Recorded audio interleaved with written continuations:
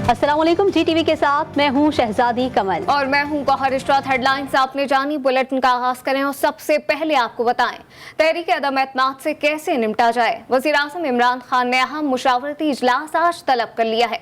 ज़राए के मुताबिक वज़ीर आज़म अपने बाएतमाद साथियों से मुल्की सियासी सूरत हाल पर मुशावरत करेंगे। ज़राए का कहना है कि वज़ीर आज़म की जानिब से स्पीकर कौमी असम्बली असद कैसर को मुनहरिफ अरकान के खिलाफ कार्रवाई के लिए बाकायदा खत लिखा जाएगा।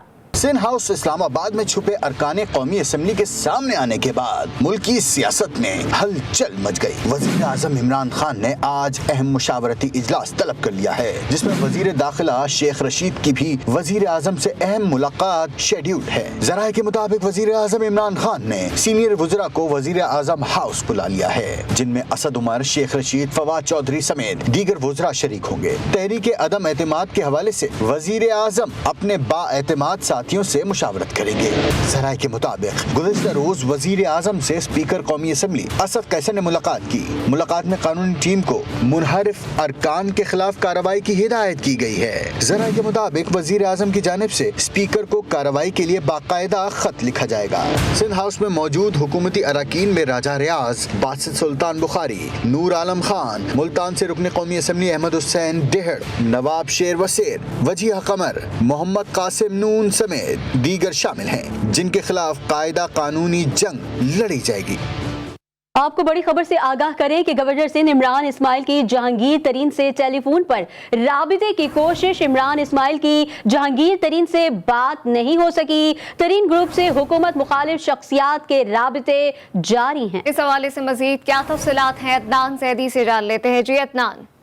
जी बिल्कुल, तफसीलात कुछ इस तरह है कि जो गवर्नर सिंध है उन्होंने आज मुलाकात करने की कोशिश की, टेलीफोनिक रब्ता करने की कोशिश की जहांगीर तरीन से, लेकिन उनका ये किसी किस्म का रब्ता नहीं हो सका। जबकि इत्तलात कुछ इस तरह हैं कि आज तरीन ग्रुप मॉडल टाउन में जहांगीर तरीन की रिहाइशगाह पर दोबारा फाइनली तौर पर कहा जा रहा है कि मुशावरत करेगा और उसमें जहांगीर तरीन जो है वो आज दोबारा उनके साथ उसकी सरबराही करेंगे और वो आज किसी मंतकी अंजाम को पहुंचेंगे। और ये भी कहा जा रहा है कि आज तरीन ग्रुप की चौधरी परवेज इलाही से भी मुलाकात हो सकती है। जी, आज तरीन ग्रुप की चौधरी परवेज इलाही से भी मुलाकात हो सकती है। अदनान साथ ही रहिएगा, हम खबर से आपको अपडेट करें। कौमी असम्बली के बाद पंजाब में सियासी पारा हाई हो गया है। मुस्लिम लीग काफ का तरीन ग्रुप से दोबारा राब्ता, तरीन ग्रुप की चौधरी परवेज इलाही से मुलाकात का भी इम्कान जाहिर किया जा रहा है और तरीन ग्रुप ने मुशावरती इजलास भी आज तलब कर लिया है। अदनान, इस हवाले से भी अपडेट कीजिएगा। वही आपको कहा कि कल ये ओन चौधरी जो इस वक्त तर्जुमान है तरीन ग्रुप के, उन्होंने कहा था कि आज मतलब रात को उनका मुशावरती दोबारा इजलास की सरबराही जो है वो उन्हीं के ग्रुप के जो सरबराह जहांगीर तरीन वो करेंगे और आज उनका एक फैसला बिल्कुल आखिरी उस पर है और वो आज ये फैसला करेंगे कि आया उन्होंने गवर्नमेंट का साथ देना या अदम एतमाद के हवाले से वो किसी ग्रुप का हिस्सा बनेंगे। बहरहाल दूसरी तरफ चौधरी परवेज इलाही का भी जिस तरह कहा जा रहा है कि अदम एतमाद के बहुत शुक्रिया अदनान जैदी, हमें तफसीलात से आगाह कर रहे थे। कप्तान ने कहा कि घबराना बिल्कुल भी नहीं है, अल्लाह ताला की मदद से जीत हमारी है। सेनेटर फैसल जावेद का ट्विटर पैगाम, कहा कि जिस पार्टी के साथ कौम खड़ी हो उसको परेशानी कैसी। अपोजिशन और ज़मीर फरोशों को डी चौक इस्लामाबाद में 27 मार्च के रोज आवाम बताएंगे कि पाकिस्तान किसके साथ खड़ा है। रहनुमा PTI ने मजीद कहा कि अब तब्दीली नहीं इनकलाब आएगा। नून लीग और पीपल्स पार्टी ज़मीरों के सौदागर ज़मीर फरोशों समेत सियासत से आउट हो जाएंगे। नोटों की चमक देखकर ज़मीर फरोशों के ज़मीर जाग गए। सिंध हाउस को नीलाम घर में तब्दील कर दिया गया। ज़मीर फरोशों की नीलामी जारी है। वज़ीर मुमलिकत फर्रुख हबीब का कहना है वोट लेकर खरीदो फरोख्त के बाद चले जाते हैं। यूसुफ रजा गिलानी खरीदो फरोख्त के बाद सेनेट में मुंतखब हुए। फर्रुख हबीब ने दावा कर दिया जो PTI के वोटों के ऊपर मुंतखब होकर आए हैं उनको ये मैं मैसेज देना चाहता हूँ कि इतने ही तुम्हारे ज़मीर जाग गए हैं, नोटों की चमक तुमने देख के तुम्हारे ज़मीर जाग गए हैं, तुम नीलाम घर के अंदर अपने आप को नीलाम कर रहे हो, ये लोग आपको देख रहे हैं। सिंध हाउस को नीलाम घर के अंदर तब्दील कर दिया है, ज़मीरों की नीलामी हो रही है और जो वहाँ पर ज़मीर फरोश बैठे हैं, इलेक्शन कमीशन की भी जिम्मेदारी है वो इस केस का भी फैसला करें, यूसुफ रजा गिलानी का भी। और ये नीलाम घर जहाँ पर मुंतखब अरकान के ज़मीरों की नीलामी होती है और जो इनके खरीदार हैं, जो बिकने वाले हैं, इनके ऊपर हमेशा के लिए पाबंदियां लगनी चाहिए। वज़ीर आज़म इमरान खान आज पारा चनार का दौरा करेंगे, जबकि वज़ीर आज़म स्पोर्ट्स कॉम्प्लेक्स में अवामी जलसे से खिताब भी करेंगे। पारा चनार में किसी वज़ीर आज़म का 1993 के बाद ये पहला दौरा होगा। 3 साबिक वज़राए आज़म ने सेक्रेटरी दाखिला, पुलिस और इस्लामाबाद इंतजामिया को खबरदार कर दिया। साबिक वज़राए आज़म सैयद यूसुफ रज़ा गिलानी, राजा परवेज अशरफ और शाहिद खाकान अब्बासी ने मुश्तरका बयान में कहा है कि सिंध हाउस में पुलिस गर्दी की गई तो नताइज के जिम्मेदार इमरान खान और वज़ीरे दाखिला होंगे। सेक्रेटरी दाखिला पुलिस और इंतजामिया के हुक्काम को खबरदार करते हैं कि किसी सियासी अमल का हिस्सा ना बने। तहरीक अदम एतमाद के आईनी अमल में पुलिस और इंतजामिया फरीक बनी तो ये आइन शिकनी होगी। अरकान कौमी असम्बली के खिलाफ पुलिस गर्दी, पार्लियामेंट पर हमला तस्वुर होगा। पार्लियामेंट लॉन्चेस वाली हरकत सिंध हाउस में दोहराई गई तो संगीन नताइज बरामद होंगे। इमरान खान 172 अरकान नहीं ला पा रहे, पुलिस और इंतजामिया के जरिए इनके अगवा की तैयारी है। लाहौर में वज़ीर आज़म पाकिस्तान शहबाज शरीफ के बैनर्स आवेजा कर दिए गए हैं। शहबाज शरीफ की पेशी के मौके पर लाहौर की एहतसाब अदालत के बाहर इंशाअल्लाह वज़ीर आज़म पाकिस्तान शहबाज शरीफ की तस्वीर के पैनाफ्लेक्स आवेजा कर दिए गए हैं। वोट्स पर वक्त की मजबूरी है, शहबाज शरीफ जरूरी है कि नारे दर्ज।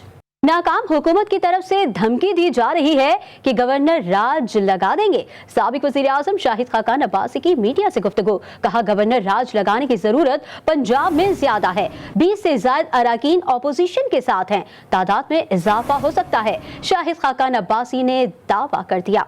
सिंध को धमकी दी जाती है कि गवर्नर राज लग जाएगा। अगर गवर्नर राज की जरूरत है तो आज पंजाब के अंदर है, जहाँ पर आला जो है वो अक्सरियत खो चुका है। मैंने हमेशा सवाल किया है, नैब बना था सियासतदानों के एहतसाब के लिए। जरा बता दें कि चेयरमैन साहब जो आखिरी कदमों पर है, इनकी नौकरी के दिन भी गिने जा चुके हैं, इनका ताल्लुक भी इमरान खान की नौकरी से है। आज बता दें कि 4 साल से ज्यादा हो गए हैं, कितने सियासतदानों का एहतसाब इन्होंने किया। इनका काम सिर्फ लोगों पर जैली मुकदमे बनाना, उनसे पैसे पकड़ना। जहाँ करप्शन है वहाँ नैब है। इस्लामाबाद में 20 से ज्यादा कौमी असम्बली के अरकान ने टीवी कैमरों के सामने कहा है कि हम इमरान खान को वोट नहीं देंगे, हम इसके साथ नहीं है, ऐसे मईशत को तबाह किया है। हम चाहते हैं कि एक दफा शिफाफ इलेक्शन हो, पाकिस्तान के अवाम को फैसले का मौका मिले। इमरान नियासी की फजूल बातें कौम ने सुन ली हैं। वो वज़ीर आज़म होकर लोगों को धमकी दे रहे हैं।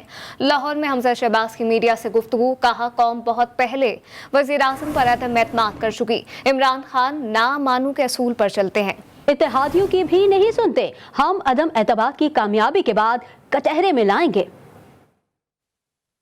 तुम्हारी फजूल बातें पाकिस्तानी कौम ने 4 साल सुन ली हैं। पाकिस्तानी कौम जो भूखो अफलास में मजबूर है, मजदूर बेरोजगार है। तुम कहते हो ना कि तुम किसी को छोड़ोगे नहीं, अब पाकिस्तानी अवाम तुम्हें नहीं छोड़ेंगी। कोई भी गैर कानूनी हरबा आजमाया तो हम खुदा के फजल करम से मुतहदा अपोजिशन अदम एतमाद की कामयाबी के बाद उसको कटहरे में लेके आएंगे और उसको। ख्वाबों की दुनिया में रहने वाले पीपल्स पार्टी के रहनुमा मंजूर वसान एक और ख्वाब देख चुके। कहते हैं मैंने ख्वाब देखा है कि शेख रशीद अहमद मच जेल में हैं। इमरान खान बाइकॉट का बहाना करके फरार होना चाहते हैं। तीर चौक पर ना पीटीआई और ना ही ऑपोजिशन जलसा कर सकेगी। 28 मार्च से पहले तमाम मामला हल हो जाएंगे। शेख रशीद को मैं फ्यूचर में मच जेल में कैदी देख रहा हूँ इंशाअल्लाह। ये मेरा ख्वाब है इंशाअल्लाह। तो शेख रशीद और बातों में छोड़े, अब बहाना करेगा किसी न किसी तरह से अपने आप को न्यूट्रलाइज करने की। और नजदीक 28 तक तो बिल्कुल बयान है तो ऐसे आएंगे कि शेख रशीद को शेख रशीद नहीं समझा जाएगा। अपोजिशन की जानिब से हुकूमत को टफ टाइम मिलने के बाद वज़ीर दाखिला शेख रशीद अहमद ने वज़ीर आज़म को सिंध में गवर्नर राज लगाने की सिफारिश कर दी है। आखिर ये गवर्नर राज है क्या और इसकी ज़रूरत क्यों पेश आती है, जानते हैं इस रिपोर्ट में। आज मैं प्राइम मिनिस्टर को ये तजवीज़ दे के घर जा रहा हूँ कि सिंध में गवर्नर राज नाफिज कर दे। वफाकी हुकूमत के 24 मुनहरिफ अरकान असम्बली के सिंध हाउस से बरामद होने के बाद सियासी सूरत हाल तेजी से खराब हो रही है। वज़ीर दाखिला शेख रशीद ने वज़ीर आज़म से मुलाकात में उनको गवर्नर राज लगाने का मशवरा दिया है। आखिर ये गवर्नर राज है क्या और इसको क्यों नाफिज किया जाता है? सिंध में इस वक्त पीपल्स पार्टी की हुकूमत कायम है और पीपल्स पार्टी 168 के ऐवान में 99 सीटों के साथ एक मजबूत पोजीशन में है। गवर्नर राज के तहत सूबे के तमाम तर इख्तियारात गवर्नर के पास आ जाते हैं। सूबाई असम्बली तहरीर करने का बड़ा इख्तियार भी गवर्नर के पास आ जाता है। गवर्नर को सूबे में बिगड़ती सूरत हाल पे काबू पाने के लिए फौज को तलब करने का बड़ा इख्तियार भी हासिल होता है। आईने पाकिस्तान के तहत गवर्नर राज की मुद्दत 6 माह होती है, जिसके बाद तमाम सूबाई वुज़रा और वज़ीर आला के इंतजामी इख्तियारात और सूबे के तमाम मामलात बराह रास्त गवर्नर के पास मुंतकिल हो जाते हैं। वफाकी हुकूमत अगर सूबे में गवर्नर राज का नफाज कर देती है तो भी उसको मुश्किलात का सामना करना पड़ेगा। 18वीं आईनी तरमीम से कबल किसी सूबे में पार्लियामेंट के जरिए गवर्नर राज के नफाज के लिए जरूरी था कि ऐसी करारदाद कौमी असम्बली और सेनेट के मुश्तरका इजलास में मंजूर की जाए। ताहम अब दोनों ऐवानों में अलग अलग करारदादें मंजूर होना जरूरी है। वज़ीर आज़म इमरान खान की ज़ेर सदारत अहम मुशावरती इजलास शुरू हो गया है। ज़राए के मुताबिक इजलास में मुनहरिफ अरकान असम्बली के खिलाफ कानूनी कार्रवाई के हवाले से मुशावरत जारी है। इसी पर बात करते हैं ब्यूरो चीफ इस्लामाबाद मतीन हैदर से। जी मतीन, अपडेट कीजिएगा। जी, वज़ीर आज़म इमरान खान की ज़ेर सदारत इस वक्त PTI की पॉलिटिकल कमेटी का इजलास जारी है और इसमें अपोजिशन की जानिब से तहरीक अदम एतमाद से निपटने और इसके साथ साथ मुनहरफ अरकान कौमी असम्बली जिनका ताल्लुक तहरीक इंसाफ के साथ है, इनसे कैसे निपटा जाए, इसके ऊपर भी कानूनी और आईनी मुशावरत की जा रही है। कौमी असम्बली का इजलास और इसके साथ साथ जो अपोजिशन के हुकूमत मुखालिफ बयानात हैं उनका भी नोटिस लिया जाएगा और इसके साथ साथ सिंध हाउस इस्लामाबाद में इस वक्त जिस तरीके से PTI के अरकान कौमी असम्बली को रखा जा रहा है उस हवाले से सिंध की हुकूमत और पॉलिटिकल लीडरशिप के जो स्टेटमेंट्स हैं इजलास में मुनहरिफ अरकान असम्बली के खिलाफ कानूनी कार्रवाई के हवाले से मुशावरत भी जारी है। मतीन हैदर अपडेट कर रहे थे, आपका शुक्रिया। लाहौर में एक और हव्वा की बेटी मौत की नींद सो गई। शौहर ने पसंद की शादी करने के लालच में पहली बीवी को फायरिंग करके कत्ल कर दिया। पुलिस और फ्रांसिक टीमों ने मौके पर तहकीकात तो शुरू कर दी। मुलजिम इमरान ने फायरिंग करके अपनी बीवी को अबदी नींद सुला दिया। पुलिस के मुताबिक मकतूला की शनाख्त 26 साला मेहरुन निसा के नाम से हुई। मुलजिम इमरान किसी और से पसंद की शादी करना चाहता था। पुलिस का बताना है कि मुलजिम ने लाशारी के इलाके में मोटरसाइकिल पर सवार होकर रिक्शे में बैठी अपनी बीवी को फायरिंग करके कत्ल कर दिया और खुद मौके से फरार हो गया। लाहौर में महकमा सेहत का बड़ा कारनामा सामने आया है। हरबंसपुरा में रेलवे लाइंस के करीब अरबों रुपए मालियत की वैक्सीन फेंक दी गई। जाया की जाने वाली वैक्सीन जायदुल मयाद भी नहीं है। GTV ने महकमा सेहत की गफलत की वीडियो हासिल कर ली है। मजीद जानते हैं वकार शौकत से। जी वकार, अपडेट कीजिएगा। आज बिल्कुल कोरोना वैक्सीन की जो है वो बड़ी जो है मिकदार जो है वो हरबंसपुरा के इलाका रेलवे के करीब जो है वो पाई मिली है।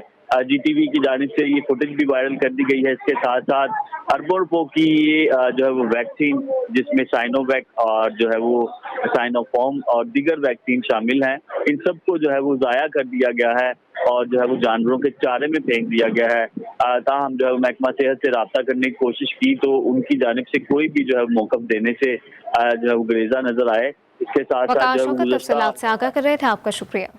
GTV ने लाहौर के सर्विसेज अस्पताल में शहरियों को पार्किंग फीस के नाम पर लूटने का एक जरिया बंद करवा दिया।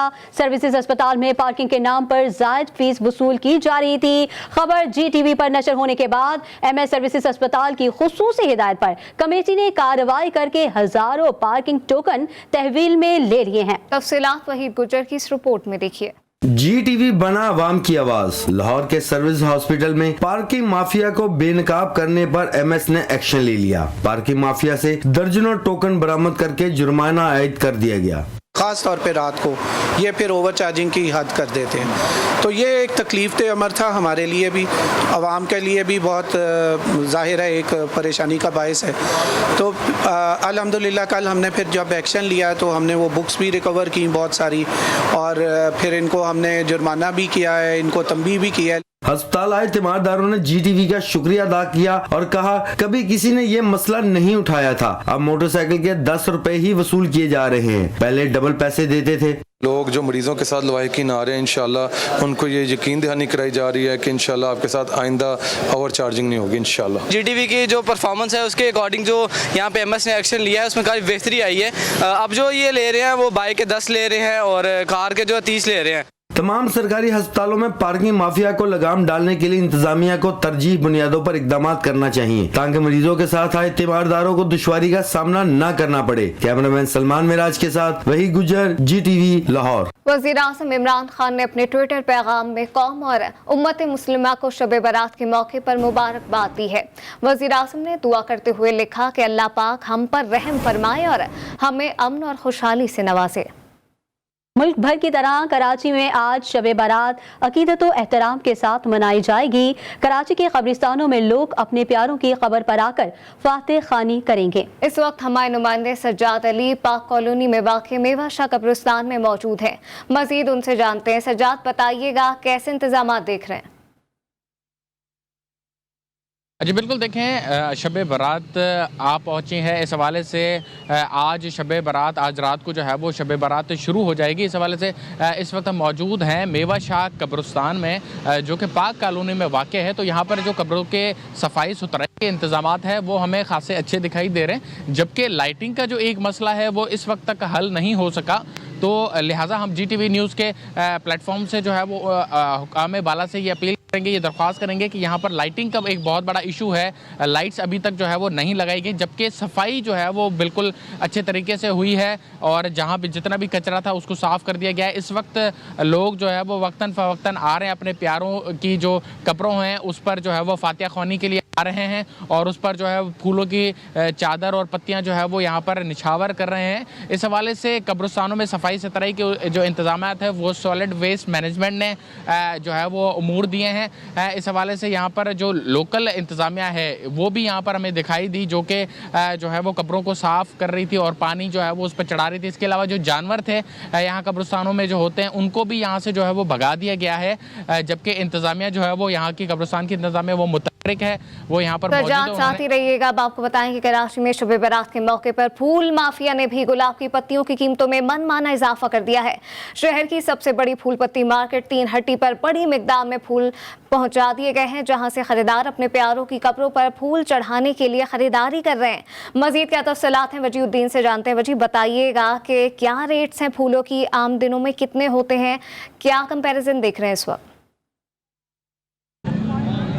बिल्कुल, इस वक्त मैं 3 हट्टी के मुकाम पे मौजूद हूँ और यहाँ पे हम देख रहे हैं कि काफ़ी ज़्यादा जो है शहरियों की जो है गहमा गहमी हमें नज़र आ रही है। यकीनन तौर पे जो है आज शब बारात के मौके पर जो है शहरी यहाँ पे अपनी प्यारों की कब्रों के लिए जो है फूल लेकर यहाँ पे आने के लिए जो है लगे हुए हैं। लेकिन हम देखते हैं कि जो यहाँ पे स्टॉल्स लगाए गए हैं, तकरीबन बताया जा रहा है कि 50 के लगभग जो यहाँ पे स्टॉल्स लगाए गए हैं, जिनकी कीमत जो है काफ़ी ज़्यादा उरूज पे जो है तकरीबन यहाँ पे जो है 250 रुपये लेकर जो है 300 रुपये किलो तक जो है फूल की पत्ते जो है फ़रोख्त हो रही हैं, जबकि जो गुलाब का जो फूल है उसकी जो कीमत है वो 350 रुपये तक जो है फ़रोख्त की जा रही है। शहरियों से हमारी बात हुई, शहरियों को कहना है कि पिछले साल जो बरक्स जो है इस साल जो तकरीबन 100 रुपये जो है फूलों की कीमतों में जो है इजाफा हुआ है, लेकिन हुकूमत की सतह पर जो है कोई भी यहाँ पे इंतजाम नहीं देखने में आ रहे हैं। तो इस मुकाम पे जो है यकीनन तौर पे जो यहाँ पे बराबर वाली सड़क है, इस पर जो है काफ़ी ज़्यादा शदीद ट्रैफिक भी जैम हो रहा है, जिसके बाद जो ट्रैफिक पुलिस यहाँ पे यकीनन मौजूद ज़रूर है, लेकिन हम देखते हैं कि उसके बावजूद भी जो है यहाँ पे ट्रैफिक कंट्रोल नहीं हो रहा है। तो यहाँ पे आपको अगर स्टॉल्स की जानिब दिखाता चलूँ तो यहाँ पे आप देखेंगे कि बेतहाशा जो है शहरियों रश लगा हुआ है, लोग जो खरीदारी करने में जो है हमें मसरूफ दिखाई दे रहे हैं। यकीन तौर पे दाम महंगे हैं, फूलों की पत्तियों की कीमतें उरूज पर है, लेकिन उसके बावजूद भी जो है शहरी जो है मजबूरन तौर पर जो है यहाँ से फूल खरीदने बड़ी रात के लिए बड़ी तैयारियां भी जारी हैं। अपने प्यारों की कब्रों पर फूल चढ़ाने के लिए खरीदार भी मौजूद हैं। तमाम तर सूरत हाल से सज्जाद अली और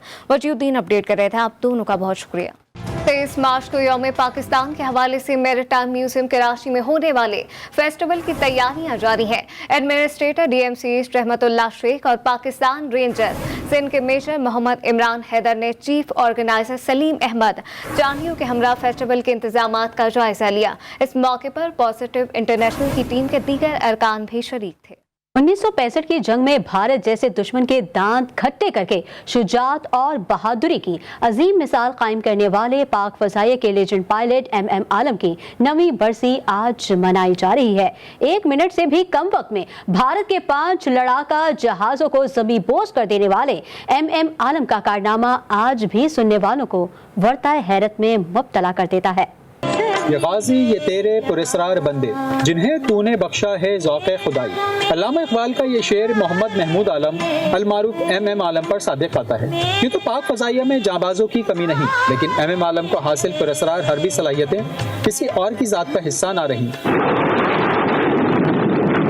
लिटिल ड्रैगन के नाम से मशहूर MM आलम ने अपनी पेशावराना जिंदगी किसी शेर की तरह गुजारी, लेकिन 7 सितंबर 1965 का रोज उन्हें आलमी हीरो बना गया जब उन्होंने सिर्फ 45 सेकंड में भारत के 5 हॉकर हंटर तैयारे मार गिराए।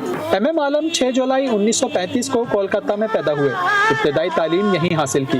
क़याम पाकिस्तान के बाद ढाका मुंतकिल हो गए और 1952 में पाक फ़ज़ाइया में शमूलियत अख्तियार कर ली। MM आलम को उनकी जुर्रत और बहादुरी पर सितारे जुर्रत विद बार और सितारे इम्तियाज मिलिट्री दिया गया। MM आलम 6 सितंबर को भारतीय फजाओं में गरजे और भारतीय हवाई अड्डे आदमपुर पर हमलावर हुए। उन्होंने 71 की जंग समेत दीगर मुहाजों पर भी शुजाअत के जौहर दिखाए।